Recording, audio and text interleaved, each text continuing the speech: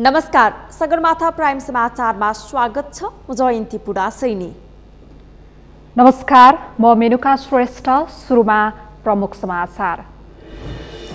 नेपालीको महान चाड दशैं सुरु, बजारमा चहल पहल बढ्यो। चाड लागे पनि कोरोना कहरले व्यापार घट्यो।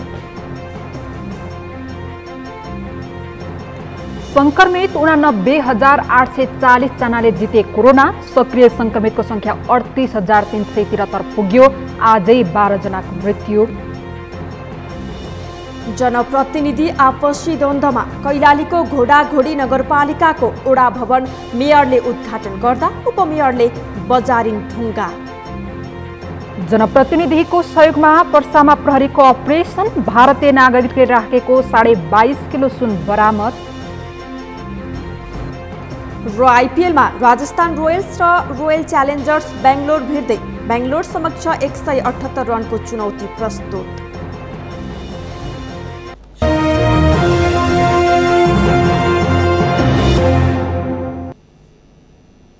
सगरमाथा प्राइम समाचार अब विस्तारमा।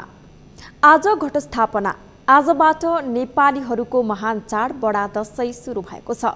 पौराणिक र तान्त्रिक महत्त्वलाई दृष्टिगोचर गरी दुर्गा भवानीको कृपा तथा आशीर्वाद प्राप्त गर्नका लागि विजया दशमी मनाउने शास्त्रीय विधान छ। घटस्थापनाका दिन घर घरमा जमरा राखिएको छ। बिहान 11:46 को शुभ साइतमा जौ छरेर जमरा राखिएको हो। सन्तोष बिके थापाको रिपोर्ट। अश्विन शुक्ल प्रतिपदाका दिनलाई घटस्थापना भनिन्छ। यसै दिनदेखि नवरात्र आरम्भ हुन्छ। यसै दिन दुई महत्त्वपूर्ण कृत्य सम्पन्न गरिन्छ। एक कृत्य यस दिन जमरा राखिन्छ, अर्को दिन घटकलशको स्थापना गरी देवी देवताको आवाहन गरिन्छ र सुरु हुन्छ नेपालीहरूको महत्त्वपूर्ण चाड बडा दशैं। नवरात्रको पहिलो दिन घटस्थापनाको अवसरमा नेपालीहरूले घर घरमा दशैंको जमरा राख्ने चलन रहिआएको छ। नवरात्रभर दुर्गाका 3 रूप महाकाली, महालक्ष्मी र महासरस्वतीको विधिपूर्वक पूजा आराधना गरिन्छ। महाकाली शक्ति, महालक्ष्मी धनाधन्य र ऐश्वर्य तथा महासरस्वतीलाई विद्या र बुद्धिको प्रतीकका रूपमा पूजा आराधना गर्ने वैदिक कालदेखिको परम्परा छ। आफ्नो आफ्नो घरमा 9 दिनसम्म भगवतीको 9वटा रूपको पूजन गरेर घटस्थापना गरेर घडामाथि भगवतीको प्रतिमाहरू स्थापन गरेर भगवतीलाई विशेष पञ्चोपचार अथवा षोडशोपचार भनिन्छ, विशेष उपचारले पूजन गर्ने, भगवतीलाई सौभाग्यहरू अर्पण गर्ने। आसुरी प्रवृत्तिमाथि चाहिँ दैविक प्रवृत्तिको विजय प्राप्त गरेको दिनलाई चाहिँ एउटा नवरात्र 9 दिनसम्म लाएर चाहिँ आसुरी प्रवृत्तिको माथि नवदुर्गाले 9वटा रूप धारण गरेर विजय प्राप्त गरेको दिनलाई नै नवदुर्गा यो नवरात्रि भनेर मानिन्छ। पौराणिक र तान्त्रिक महत्त्वलाई दृष्टिगोचर गरी दुर्गा भवानीको कृपा तथा आशीर्वाद प्राप्त गर्नका लागि विजया दशमी मनाउने शास्त्रीय विधान छ। यही अवसरमा काठमाडौँको बसन्तपुरमा रहेको दशैं घरमा पनि जमरा राखिएको छ। नेपाली सेनाको टोलीले मङ्गलधुन बजाएर बढाइ गरेसँगै बिहान 11:46 को शुभ साइतमा जमरा राखिएको हो।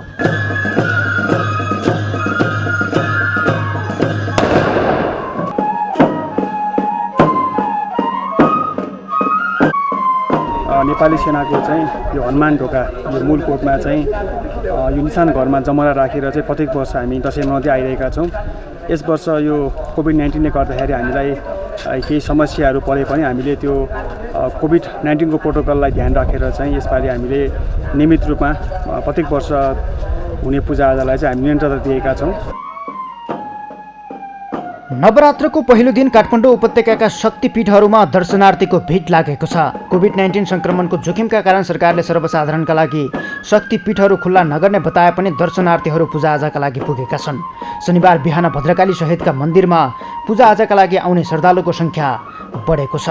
मानिसहरू कोभिड संक्रमणको जोखिमलाई प्रवाह नगरी हर्षोल्लाससहित मन्दिर तथा शक्तिपीठहरूमा पूजाआजा गर्न पुगिरहेका छन्। सगरमाथा टेलिभिजनका लागि क्यामेरामा उत्सव वाग्लेका साथमा सन्तोष बेके थापा, काठमाडौँ। घटस्थापनासँगै नेपालीको घर आँगनमा दशैं भित्रिसकेको छ। कोरोनाको महामारीकै बीच बजारमा मानिसको चहल पहल बढ्न थालेको छ। चाडबाडका बेला मिठो मसिनो खाने र राम्रो लाउने प्रचलनले बजारमा किनमेल गर्नेको भिड नै लाग्छ।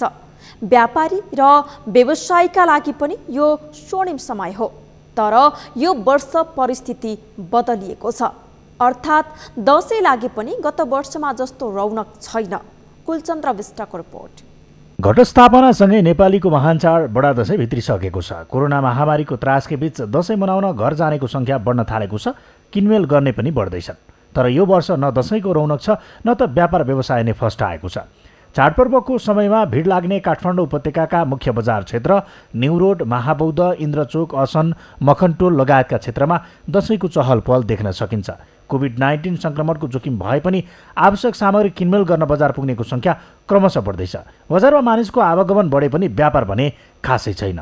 कस्तो चल्दैछ काठमाडौँका मुख्य चोकमा व्यवसाय गर्नेको व्यापार? कोभिडले गर्दाखेरि बजार शून्य छ, किनमेल गर्ने मान्छेहरू छैनन्, मजदुरहरूले भारी बोक्न पाएका छैनन्, हैन, सामान ओसार्न पाएका छैनन्। हैन, यसपालिको दशैं अब सुरु होला जस्तो लागेको छैन। यसपालिको दशैं चाहिँ अब अन्त्य भइसक्यो भन्ने लागेको छ हामीलाई। अत्यावश्यक सामान किन्ने बाहेक अहिले किनमेलकै लागि भनेर निस्केका छैनन्। लत्ता, कपडा, जुत्ता, मोबाइल, गरगहना लगायतको व्यापार कम भएको व्यापारीको भनाइ छ। व्यवसायिकहरूका अनुसार लामो लकडाउनले आयस्रोत घटेपछि क्रय शक्ति घटेको छ। कोरोनाको कहरले धेरैले रोजगारी गुमाएका छन् भने धेरै व्यवसायबाटै पलायन हुनुपर्ने अवस्था आएको छ। त्यसमा पनि फेरि लकडाउन हुने हो कि भन्ने पिर व्यवसायमा छ। यसो हेर्दाखेरि मैले हेर्दाखेरि तपाईँले पनि हेर्न सक्नुहुन्छ बच्चाहरूलाई अब दशैंको व्यापार के हुन्छ भन्दाखेरि परिवारै आएर किनमेल गर्ने हुन्छ के तपाईँको। एकजना आयो भने एकजनासँग चाहिँ बाउ आमा छोरी छोरा भनेपछि 6-7 जना आउने हुलको कारण मेन्टेन त्यो हो होइन। खास व्यापार चाहिँ नि ठप्पै बन्न छ कि। हामीलाई यस्तो छ कि अब आजकलको समयमा बनी भयो भने एक पिस बेच्यो भने दशैंमा सामान बेचे जस्तो लाग्ने के। व्यापार भनेको मध्यम वर्गहरूको यो मार्केट हो होइन। त्यो मध्यम वर्गसँग पैसा छैन के। त्यो नबस्केपछि भोलि पर्सि के हुन्छ त फेरि लकडाउन हुन्छ कि पैसाको जोगो गर्नुपर्छ भने जस्तै। त्यसकारण मान्छेले बेसी पैसा खर्च नगरिकन सानोतिनो बच्चाले मात्र किनमेल गरेर राखेको छ कि। गत वर्ष दैनिक 1 लाख हाराहारीको व्यापार गर्ने व्यापारी अहिले 30,000 जतिको पनि कारोबार नहुने बताउँछन्। कोरोना रोकथाम र नियन्त्रण गर्न गरिएको लकडाउन र निषेधाज्ञालाई व्यवस्थित बनाउन नसक्दा केही जोखिम बढेको छ। अब व्यवसायबाट उक्सन अझै धेरै समय लाग्ने उनीहरूको भनाइ छ। त्यसैले व्यापार व्यवसाय बढाउन संक्रमणसँग जोगिँदै काम गर्नुको विकल्प छैन। सगरमाथा टेलिभिजनका लागि क्यामेरामा दिपेन्द्र थापा मगरका साथमा कुलचन्द्र विष्ट, काठमाडौँ। नेपालीहरूको महान चाड बडा दशैं सुरु भइसकेको छ। तर बजारको माहौलले नै दशैं आउँदैछ भनेर संकेत गर्ने पुरानो अवस्था भने अझै आउन सकेको छैन। अघिल्ला वर्षहरूमा निकै उल्लासपूर्ण माहौल हुने यो समयमा अहिले भने त्यस्तो संकेत समेत देखिन सकेको छैन। कोरोना कहरको चपेटामा पर्दा यति बेला सबै क्षेत्र प्रभावित छन्। कोरोनाको असर व्यापारिक क्षेत्रले प्रत्यक्ष अनुभव गरिरहेको छ। तनहुबाट नारायण खड्काको रिपोर्ट। तनहुको सदरमुकाम दमौली बजार दशैं नजिक आइसक्दा समेत सुस्ताइरहेको छ। सधैँ व्यापार र चहल पहल हुने दमौलीमा अहिले भने दशैंमा समेत कोरोना कहरको प्रभाव देखिएको छ। अपेक्षित व्यापार नहुँदा व्यवसायीहरू चिन्तित बनेका छन्। तनहुको व्यापारिक केन्द्र समेत रहेको सदरमुकाम दमौली बजार कोरोना भाइरसको संक्रमण फैलिए पनि पूर्ण रूपमा खुलेको छ। राजमार्ग तथा भित्री र ग्रामीण सडकहरूमा निजी तथा सार्वजनिक यातायातका साधन पनि पूर्ण रूपमा सञ्चालनमा आएका छन्। तर ब्यास नगरपालिकाको दमौली बजार क्षेत्र कोरोनाको हट स्पोट भनेपछि ग्रामीण क्षेत्रबाट ग्राहकहरू बजार नआउँदा व्यापार हुने अवस्था छैन। दमौली बजार आउन कतिपय वडा कार्यालयले स्वीकृति दिनुपर्ने अवस्था भएकाले सर्वसाधारण चाहेर पनि बजार आउन नसकेको व्यवसायीहरूको गुनासो छ। मान्छे आउँदैन, अब बजारमा मान्छे आउँदैन। अब यता ठाउँबाट वडा अध्यक्षको सिफारिस लिएर बजार प्रवेश गर्नुपर्छ, त्यस्तो सिस्टम चलाएको छ। त्यसले गर्दाखेरि अलिक गाह्रो, त्यसले गर्दाखेरि डराएरै नआएको होला। धेरै असर परेको छ, मान्छेलाई आर्थिक सङ्कटै परिसकेको छ। बन्द हुने बेला नभइकन बन्द भएको रहेछ सर, त्यसैले आत्तिया छन् व्यापारीहरू सबै। अब यस्तै हो, सकेसम्म सावधानीहरू अप्नाएर खोलेकै ठिक छ भने जस्तो गरेछौँ हामी व्यापारीहरूले।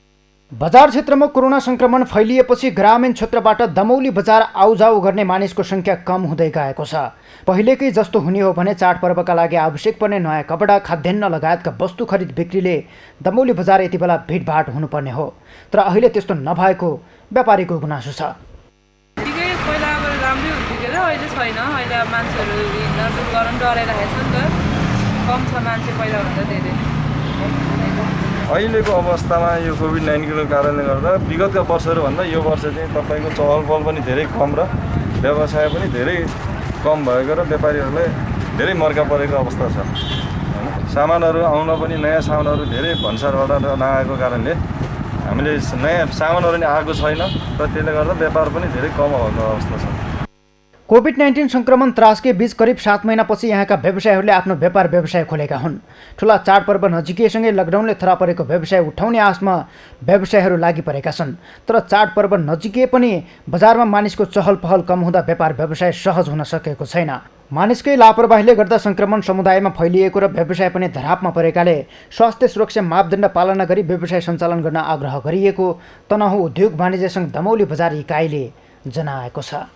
भोकले मर्न लागेको चाहिँ अब ज्याला मजदुरीहरू दैनिकी मजदुरीहरू गर्नेहरू र हाम्रो व्यवसायीहरूलाई पनि बजार बन्द गर्नु भनेर हामीले लगाउन पनि अहिले नसकेको अवस्था किन छ भने तपाईहरु अब सुरक्षित हुनु र अरूलाई पनि ग्राहक आउँदाखेरि पनि मास्क नलागेको ग्राहक आउनुहुन्छ भने उहाँलाई पहिला प्राथमिकता मास्क दिनुस् र तपाईँ आउनुहोस् भन्नुहोस्, नभए चाहिँ मास्क लगाउनुहोस् भनेर सन्देश दिएर मात्रै व्यापार व्यवसाय गरौँ भनेर लागेछौँ। दैनिकी ज्यालादारीहरू पनि नमरोस्, हाम्रो व्यवसाय पनि व्यवसायीहरू नमरोस् भनेर चाहिँ हामीले चाहिँ अहिले यसरी चाहिँ सुरक्षा अपनाएर गर्दैछौँ।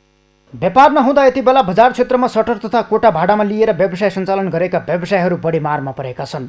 चाडपर्वको समयमा व्यापार होला र ब्याङ्कको किस्ता र ऋण तिर्ने योजना बनाएका व्यवसायहरू यो समयमा पनि व्यापार नहुँदा रोगले भन्दा भोकले मरिन्छ कि भन्ने चिन्तामा छन्। दमौली मात्र होइन, जिल्लाका अन्य 9वटै स्थानीय तहका बजार क्षेत्रको व्यापार व्यवसाय सुस्ताएको छ। ग्रामीण क्षेत्रका बासिन्दालाई लक्षित गरी सञ्चालन गरिएका व्यवसायहरू अहिले समस्यामा छन्। सगरमाथा टेलिभिजनका लागि तनहुँबाट नारायण खड्गाको रिपोर्ट। नेपालमा आज थप 3167 जनामा कोरोना भाइरसको संक्रमण पुष्टि भएको छ। आज मात्रै 12 जनाले कोरोना संक्रमणमा परि ज्यान गुमाएका छन्। पछिल्लो 24 घण्टामा थप 1900 जनाले कोरोना संक्रमण जितेका छन्। हाल देशभर 38,000 बढी सक्रिय संक्रमित रहेका छन्। सन्तोष बिके थापाको रिपोर्ट। पछिल्लो 24 घण्टाको अवधिमा कोरोना भाइरसको संक्रमणबाट थप 12 जनाले ज्यान गुमाएका छन्। हालसम्म कोरोनाका कारण 727 जनाको मृत्यु भएको छ। देशभर बितेको 24 घण्टामा भएका 15,438 परीक्षणमध्ये थप 3,167 जनामा कोरोना भाइरसको संक्रमण पुष्टि भएको छ, जसमध्ये काठमाडौँ उपत्यकामा मात्रै 1,746 जनामा कोरोना देखिएको छ। यो सँगै नेपालमा कुल कोरोना संक्रमितको संख्या 1,29,304 पुगेको छ। गएको 24 घण्टामा संक्रमितको संख्या 3,167 रहेको छ। काठमाडौँमा 1451, भक्तपुरमा 143, ललितपुरमा 152 गरी जम्मा संक्रमितको संख्या 1,746 छ। काठमाडौँमा आजको पीसीआर जम्मा 15,438 गरी जम्मा 12,69,605 परीक्षण भएको छ। स्वास्थ्य तथा जनसङ्ख्या मन्त्रालयका अनुसार शनिबार थप 1,800 जना कोरोना संक्रमित निको भएर घर फर्किएका छन्। हालसम्म नेपालमा कोरोना संक्रमणलाई जित्नेको संख्या 89,840 पुगेको छ। हाल मुलुकभर 38,737 जना सक्रिय संक्रमित रहेका छन्।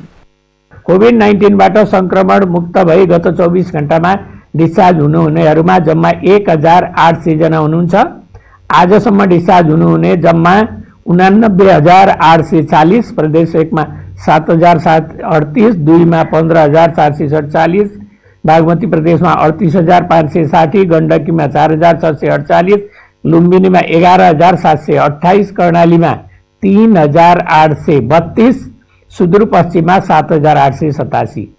हालसम्म 12,69,605 वटा पीसीआर परीक्षण भएका छन्। हालसम्मको अवधिमा देशभर 13,279 जना संस्थागत आइसोलेसनमा छन् भने 25,438 जना होम आइसोलेसनमा छन्।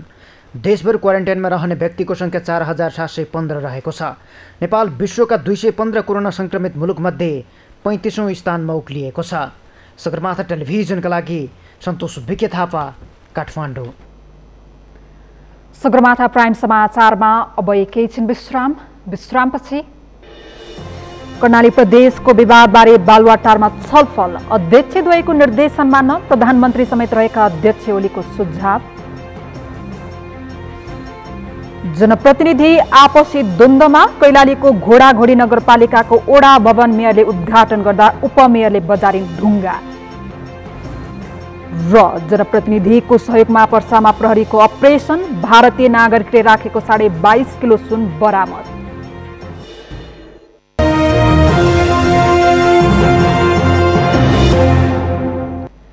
विश्रामपछि सगरमाथा प्राइम समाचारमा स्वागत छ। अब बाँकी समाचार।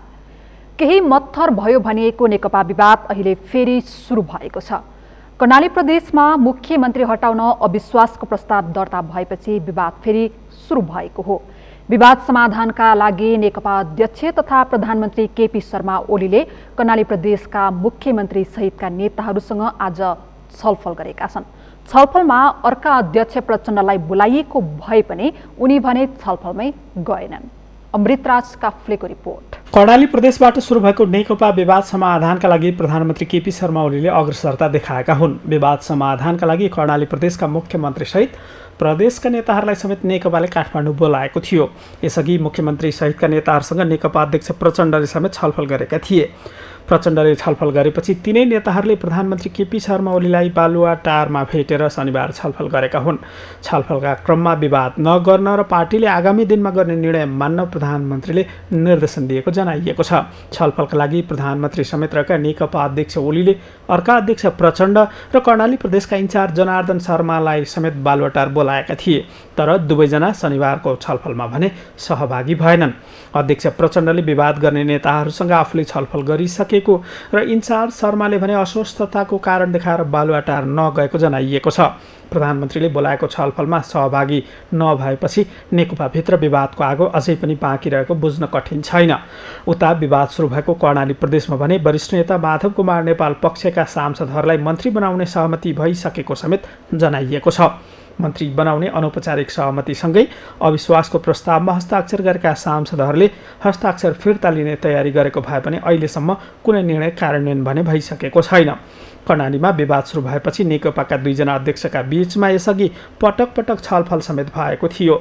छलफलपछि विवाद गर्ने दुवै समूहका नेताहरूलाई काठमाडौँ बोलाउने सहमति नेकपाले गरेको थियो। काठमाडौँ आएका कर्णालीका नेताहरूसँग नेकपाका दुईजना अध्यक्षहरूले सामूहिक रूपमा नभई बेग्ला बेग्लै रूपमा भेटेपछि विवाद अझै पनि कायमै रहेको देखिएको हो। कर्णाली प्रदेशमा मुख्यमन्त्री विरुद्ध प्रधानमन्त्री पक्षका नेताहरूले अविश्वासको प्रस्ताव पेश गरेपछि नेकपाभित्रको मत्थर भएको भनिएको विवाद फेरि सुरु भएको थियो। पूर्व माओवादीबाट निर्वाचित कर्णालीका मुख्यमन्त्री विरुद्ध पूर्व माओवादीकै 3 जना सांसदहरूले समेत अविश्वासको प्रस्तावमा हस्ताक्षर गरेका थिए। अविश्वासको प्रस्तावमा हस्ताक्षर गर्ने 18 जना सांसदहरूमध्ये अधिकांश भने प्रधानमन्त्री केपी ओली पक्षका छन्। सगरमाथा टेलिभिजनका लागि अमृतराज काफ्ले, काठमाडौँ। सञ्चार तथा सूचना प्रविधि मन्त्री पार्वत गुरुङले देश र जनताप्रति इमान्दारीपूर्वक काम गर्ने प्रतिबद्धता जनाउनु भएको छ। आज काठमाडौँमा यज्ञराज ढुङ्गेलद्वारा लिखित हेड सर र आकाशै पल्टिए पनि कृति लोकार्पण गर्दै मन्त्री गुरुङले आफूलाई प्रधानमन्त्रीले विश्वास गरेर महिला बालबालिका मन्त्रालयबाट सञ्चार मन्त्रालयको जिम्मेवारी दिएको भन्दै इमान्दारीपूर्वक काम गर्ने प्रतिबद्धता जनाउनु भएको हो। उहाँले जनताले गरेको विश्वासलाई टुट्न नदिने पनि स्पष्ट पार्नुभयो। अब भाषणमा नभई काममा विश्वास गर्ने बेला आएको उहाँको भनाइ छ।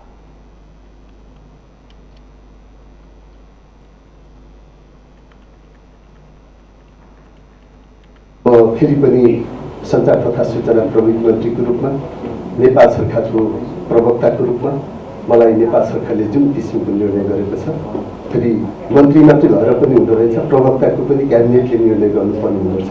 अखरिको क्याबिनेटले पनि नेपाल सरकारको प्रवक्ताको पनि मलाई निर्णय गरेको छ। म सम्माननीय प्रधानमन्त्रीज्यूप्रति पनि आभार प्रकट गर्न चाहन्छु र दोलखाली जनताप्रति, दोलखाको पार्टी, दोलखाका मेरा अग्रज नेताहरूप्रति पनि र सिङ्गो सबैप्रति पनि म अभिवादन व्यक्त गर्न चाहन्छु। यज्ञराज ढुङ्गेलद्वारा लिखित हेड सर कृति शिक्षा र सहकारीको प्रतिनिधि पात्रको अनुभव र आकाशै पल्टिए पनि कविता संग्रह रहेको आयोजक लेखन कुञ्जले जनाएको छ। जनताको काम गर्न जनमत लिएर स्थानीय तहमा पुगेका जनप्रतिनिधिहरू आफै लड्न थालेपछि विकास निर्माणका काम ओझेलमा पर्ने गरेका छन्।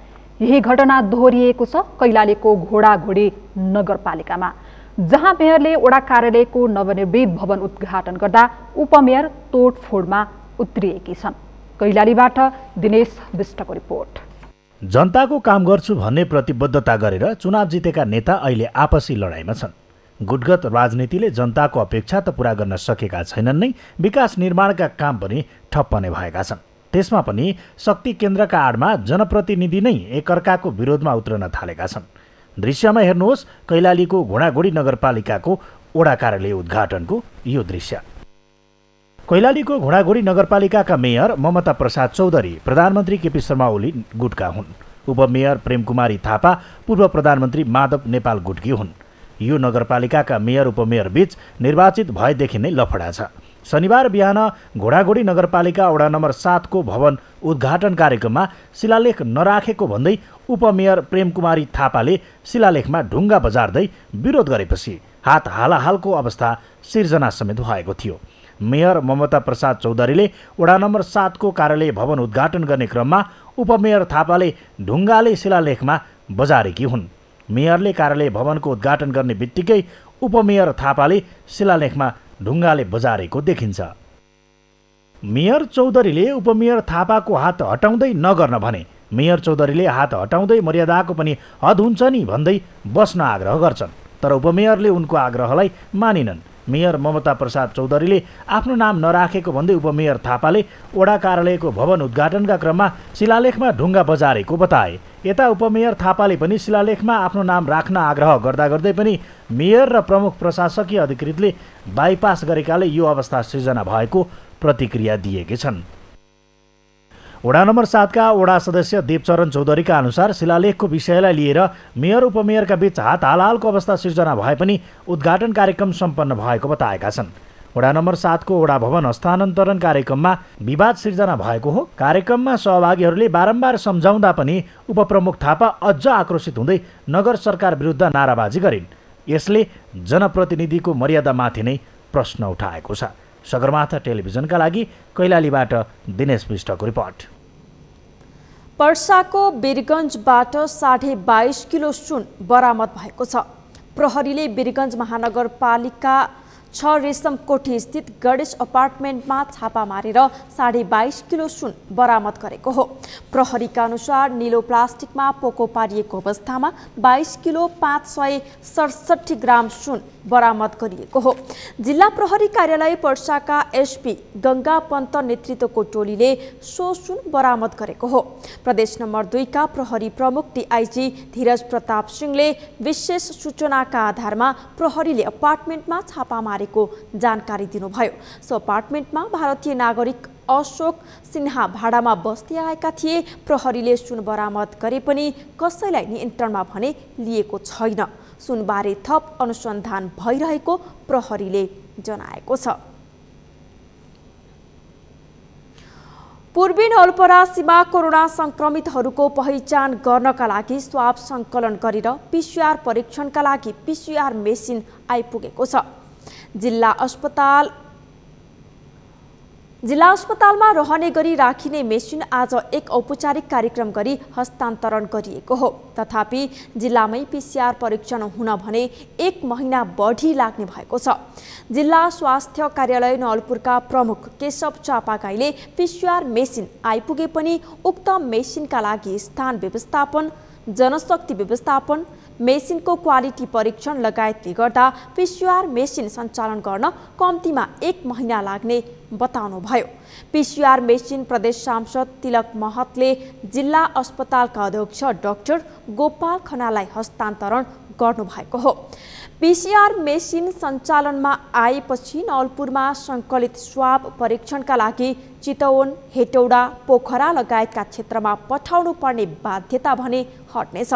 नवलपुरमा अहिलेसम्मको तथ्याङ्क अनुसार नवलपुरमा सङ्क्रमितको सङ्ख्या 1279 पुगेको छ, जसमध्ये 10 जनाको निधन भएको छ भने 850 जना निको भएका छन्। रोल्पाको सुनचहरी गाउँपालिकाका स्थानीय गाउँमै अस्पताल बन्ने भएपछि खुसी भएका छन्।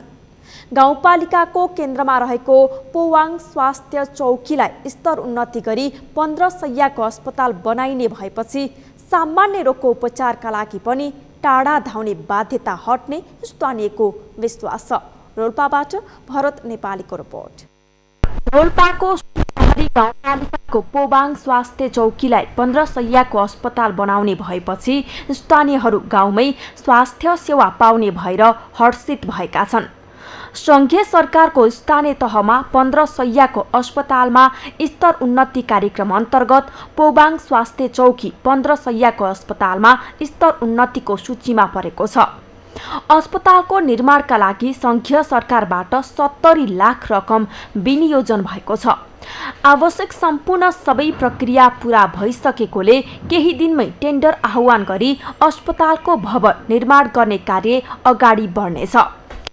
स्थानीय तहबाट पाउने सेवा सुविधाहरू मलाई दिलाउनु भएको छ। तैपनि मान्छेको अपेक्षा के हुन्छ भने अलि गुणस्तरीय सेवा पाउनलाई जस्तो हुन्छ नि, डक्टरै भोलि आएछ नि त, जनताहरूले त्यो गुणस्तरीय सेवा त पाएकै छैनन्, विशेषज्ञ सेवाहरू त पाएकै छैनन् भने त्यहाँसम्मको लागि अलि उन्मुख हुन्छ भन्ने एकदम ठुलो आशा हो।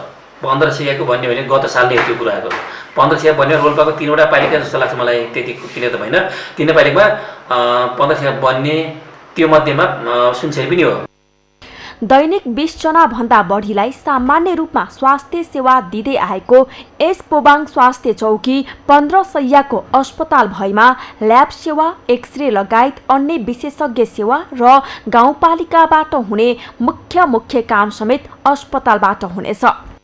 पहिलेदेखि हामीले प्रिभेन्टिभ, प्रमोटिभ र क्युरेटिभ उपचार दिँदै आएका हौँ। यसमा हाम्रो फाइनल डायग्नोसिस चाहिँ हुँदैन थियो। यसमा चाहिँ हामीले यहाँबाट जति पनि सिम्प्टोमेटिक ट्रिटमेन्ट मात्रै गर्थ्यौँ। उहाँ विशेषज्ञ नै आइसकेपछि 15 शैय्याको हस्पिटल नै बनिसकेपछि ल्याब सेवा, एक्सरे सेवा लगायत गाउँपालिकाबाट हुने मुख्य कामहरूमा पनि त्यो हस्पिटलले सहयोग गर्ला जस्तो मलाई लाग्छ। 2045 सालमा स्थापना भएको यस स्वास्थ्य चौकीलाई स्तर उन्नति गरी अस्पताल बनाउन लागेपछि स्थानीयहरूले गाउँमै स्वास्थ्य सेवा पाउने र यहाँका बिरामीहरू स्वास्थ्य सेवा लिनको लागि बाहिर जानुपर्ने समस्याको समाधान हुनेछ। दुर्गम ठाउँमा डाक्टर नआउने समस्या रहेको स्थानीय, प्रदेश र सङ्घीय सरकारले त्यस्तो समस्या समाधान गर्न सकेमा मात्र सुनसरीवासीलाई धेरै फाइदा हुने स्थानीय बताउँछन्। खुसी छौँ। अब सबभन्दा पहिले त हस्पिटल बन्न पर्यो, बनिसकेपछि अब डाक्टर आउनु पर्यो। अब यो दुर्गम ठाउँ पनि हो, अब डाक्टर आउनुहुन्छ हुन्न। अब के त अब स्थानीय सरकार छ, अहिले प्रदेश सरकार र सङ्घीय सरकार छ, व्यवस्था गर्ला नै। तर अब यस्तो दुर्गममा चाहिँ डाक्टर आएको चाहिँ उदाहरण चाहिँ हामी कमाइ पाउँछौँ। र डाक्टर आउने हो भने यहाँको जनताले चाहिँ एकदमै फाइदा हुन्छ। उपचारको अब बिराम भएपछि उपचार गर्नुपर्छ, ऋण निकालेर भए पनि उपचार गर्नुपर्छ, जस्तै तसै गरिन्छ। हुन्छ नि हामी त्यो डाक्टर आउँछन्, उपचार त्यो नजिक भएपछि धेरै सुविधा हुन्छ। हामी त अब पैसा नभए भने उपचारको लागि जानै पर्यो, ऋण निकालेर भए पनि त्यहाँ सजिलो उपचार नजिक भयो भने उपचार राम्रो हुन्छ। रोल्पाको सबैभन्दा दुर्गम र पछाडि परेको यस गाउँपालिकामा 15 शैय्याको अस्पताल बनेपछि यहाँका जनताहरूले नेपालको संविधानमा उल्लेख भए अनुसारको स्वास्थ्य सेवा पाउने छन् भने गाउँघरमा धामी झाँक्रीको झारफुकको विश्वासमा अकालमा ज्यान गुमाउनु पर्ने बाध्यता टर्ने देखिन्छ। सगरमाथा टेलिभिजनका लागि रोल्पाबाट भरत नेपालीको रिपोर्ट। बाँकेमा वैज्ञानिक वन व्यवस्थापन पद्धति सञ्चालनमा ल्याइएको छ। वन जङ्गललाई व्यवस्थित गर्न सञ्चालनमा ल्याइएको वैज्ञानिक वन व्यवस्थापन पद्धति लागू गरिएको हो। यसरी वैज्ञानिक वन व्यवस्थापन पद्धति लागू गर्दै गर्दा लामो समयदेखि सामुदायिक वनमा आबद्ध रहेका उपभोक्ताहरू भने मारमा परेको गुनासो गरेका छन्। बाँकेबाट मधु पौडेलको रिपोर्ट। बाँकेमा सामुदायिक वन उपभोक्ता समूहहरूमा करिब 26,000 उपभोक्ताहरू आबद्ध रहेका छन् भने 117 मध्ये 17वटा सामुदायिक वनमा दिगो वन व्यवस्थापन पद्धति अन्तर्गत वैज्ञानिक वन व्यवस्थापनको कार्ययोजना कार्यान्वयनको चरणमा रहेको छ। जिल्लामा वैज्ञानिक वन व्यवस्थापनको अवधारणा 2073-74मा ल्याइएको थियो। सुरुमा एक सरकारी र एक सामुदायिक वनको कार्ययोजना बनेको थियो भने हाल एक सरकारी र सामुदायिक स्तरमा 17वटा कार्ययोजना बनाए वैज्ञानिक वन व्यवस्थापन पद्धति लागू गरिएको छ। वैज्ञानिक वन व्यवस्थाको अवधारणा हामीले 2073-74बाट चक्ला वनको कार्ययोजना पहिलो एउटा बन्यो र त्यसपछि सामुदायिक वनमा एउटा जयदुर्गा सामुदायिक वन भनेर कचनापुर 2 साबिकको अहिले रातो सोनारी 2मा पर्छ। त्यो दुईटा एउटा सरकारद्वारा व्यवस्थित वनमा 2578-71मा त्यसपछि एउटा सामुदायिक वनमा गरेर तपाईँको दुईटा कार्ययोजना बन्यो। त्यसपछि हालसम्म अहिलेसम्म सरकारद्वारा व्यवस्थित वनको एउटा कार्ययोजना र सामुदायिक वनमा 17वटा कार्ययोजना तयार भएर 17वटा सामुदायिक वनमा र एउटा सरकारद्वारा व्यवस्थित वनमा वैज्ञानिक वन व्यवस्थापन पद्धति अनुसार कामहरू भइरहेको छ। बाँकेमा वैज्ञानिक वन व्यवस्थापनको कार्ययोजना लागू गर्दै गर्दा यसले सामुदायिक वनमा हुने क्रियाकलापमा धक्का पुर्याएको सामुदायिक वन उपभोक्ताहरूको गुनासो रहेको छ। मेरो चाहिँ घाटगतिमा काठ भएर रह्यो। अब तपाईँहरूले चाहिँ काठ बिक्री वितरण गर्न सक्नु भएन, त्यस कारणले अहिले तपाईँहरूको कटान चाहिँ आउँदैन भनेर अघिल्लो वर्ष त्यसरी भन्नुभयो। अनि पछिल्लो वर्ष चाहिँ अब त्यही प्रक्रियामा थियौँ हामी। अब हाम्रो सामुदायिक वनले छपान गरेर जुन काट्नुपर्ने हो विधान त्यो कार्ययोजना अनुसार काट्नुपर्ने रुखहरूलाई छपान गरेर छपानको चाहिँ किताब तयार गरेर यहाँ सामुदायिक वनले गर्नुपर्ने सम्पूर्ण प्रक्रियाहरू चाहिँ पुरा गरेर डिभिजन वन कार्यालयमा पेश गरिसकेको अवस्थामा पनि हामीले चाहिँ काठ दाउराहरू सङ्कलन गर्न पाएनौँ। सामुदायिक वनमा अघिल्लो वर्ष काटेका काठहरू खेर गएको हुँदा नयाँ काठहरू काटेर नोक्सान हुने हुँदा तत्काललाई वैज्ञानिक वन व्यवस्थापन कार्ययोजना लागू गरिएका वनहरूमा उपभोक्ताहरूलाई उपभोग गर्न नदिएको डिभिजन वन कार्यालय बाँकेले बताएको छ। आइसकेपछि के भनेपछि जिल्लाबाट सम्पूर्ण टोली फाइल आइसकेपछि एकैपल्ट अनुगमन गर्ने, अनुगमन गरिसकेपछि त्यसपछि बल्लसँग सहमति दिने, त्यो प्रक्रिया हुँदा हुँदै पनि बिचमा के भनेपछि 11 गतेदेखि त्यसपछि लकडाउन भइहाल्यो। लकडाउनको कारणले गर्दा नखाएको थियो। अर्को समस्या के थियो भने सामुदायिक वनमा सुरुमा पहिलो वर्ष काटेको काठहरू थिए, पहिलो काठ बिक्री भएको थिएन, नभएको कारणले गर्दा फेरि पनि दिन सकेन। र सामुदायिक वनमा काठ यथावत जग्गा छँदैछ, फेरि किन काट्न दिने, पहिले उसलाई व्यवस्थापन गर्नु त्यसपछि बल्ल हुन्छ। बाँके जिल्लाको वन व्यवस्थापन मोडालिटी हेर्दा जिल्लामा डिभिजन वन कार्यालयको कार्यक्षेत्रमा 57,739 हेक्टर जति वन क्षेत्र पर्दछ। यसमध्ये सामुदायिक वन उपभोक्ता समितिलाई 20,154 हेक्टर 117वटा सामुदायिक वन उपभोक्ता समूहहरूलाई हस्तान्तरण गरिएको अवस्था छ। सगरमाथा टेलिभिजनका लागि बाँकेबाट मधु पौडेलको रिपोर्ट। सगरमाथा प्राइम समाचारमा एकैछिन विश्रामपछि दशैंका लागि खसी बोका बजारमा निरोगी चिनेर किन्न सर्वसाधारणलाई सुझाव। निरोगीको सिङमा हरियो र रोगीलाई रातो रङ लगाइयो। र आइपिएलमा राजस्थान रोयल्स र रोयल च्यालेन्जर्स बेङ्गलोर भिड्दै बेङ्गलोर समक्ष 178 रनको चुनौती प्रस्तुत।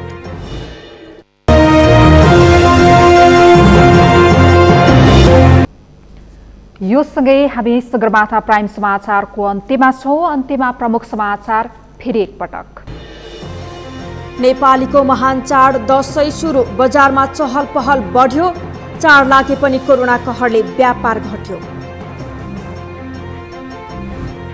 संक्रमित 89,840 ले जिते कोरोना। सक्रिय संक्रमितको संख्या 38,373 पुग्यो। आजै 12 जनाको मृत्यु।